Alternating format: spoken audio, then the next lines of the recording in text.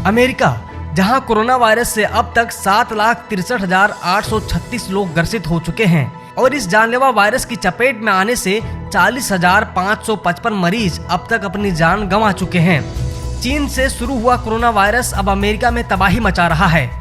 चीन तो शांत हो गया, लेकिन हजारों किलोमीटर दूर अमेरिका अब कोरोना की तबाही झेल रहा है। ऐसे में आइए हम आपको अमेरिका की वो 10 बड़ी गलतियां बताते हैं जिसकी वजह से कोरोना वायरस अमेरिका में मचा रहा है तबाही।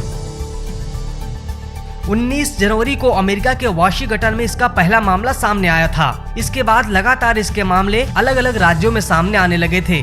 बावजूद इसके अमेरिकी प्रशासन का ध्यान इस पर काफी देर से गया। 19 जनवरी को पहला मामला सामने आया। 22 मार्च को राष्ट्रपति ट्रंप ने मेजर डिजास्टर घोषित किया और गवर्नर ने घर से बाहर न निकलने की हिदायत दी थी। इस प्रतिबंध को बाद में 4 मई तक बढ़ा दिया गया। चीन ने जब अपने यहाँ पर बाहर से आने और जाने वाली सभी उड़ानें बंद कर दी थीं, तब तक 4 लाख से अधिक लोग चीन से अमेरिका पहुंच चुके थे। अमेरिका ने अपने यहाँ पर विदेशों से आने वाली विमानों पर रोक तो लगाई, लेकिन तब तक बड़ी देर हो चुकी थी और जब रोक लगाई तो 16 मार्च तक सभी देशों के लिए एक समान प्रतिबंध नहीं लगाया गया। ऐसे में चीन से जाने वाले अमेरिकी लोग दूसरे देशों से होते हुए अमेरिका पहुंचने लगे। 14 मार्च को न्यूयॉर्क में कोरोना वायरस की वजह से पहली मौत हुई। हालांकि यहां पर 7 मार्च को ही गवर्नर ने स्टेट इमरजेंसी का ऐलान कर दिया था और लोगों को घरों में रहने की सख्त हिदायत दे दी गई थी।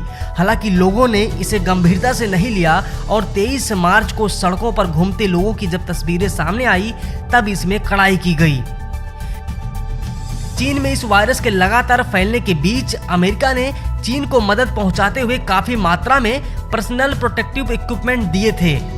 उस वक्त तक ये वायरस अमेरिका समेत कई देशों में फैल चुका था। इसके बाद भी अमेरिका में लगातार बढ़ रहे मामलों पर ध्यान नहीं दिया गया। इसकी वजह से अमेरिका में ही इन इक्विपमेंट्स की कमी हो गई। इसके साथ ही खबर यह भी है कि राज्यों के गवर्नरों की राय और हेल्थ डिपार्टमेंट के टॉप विशेषज्ञों की राय को राष्ट्रपति डोनाल्ड ट्रंप ने नजरअंदाज किया। अमेरिका के टॉप विशेषज्ञ डॉक्टर फॉसी से उनका टकराव इसका जीता जागता सबूत है। राष्ट्रपति ट्रंप की तरफ से लगातार यह भरोसा दिलाया जाता रहा कि प्रशासन इस पर काबू पा लेगा और इसकी वजह से अमेरिकियों को कोई खतरा नहीं है, जिसका परिणाम आज हम सबके सामने है।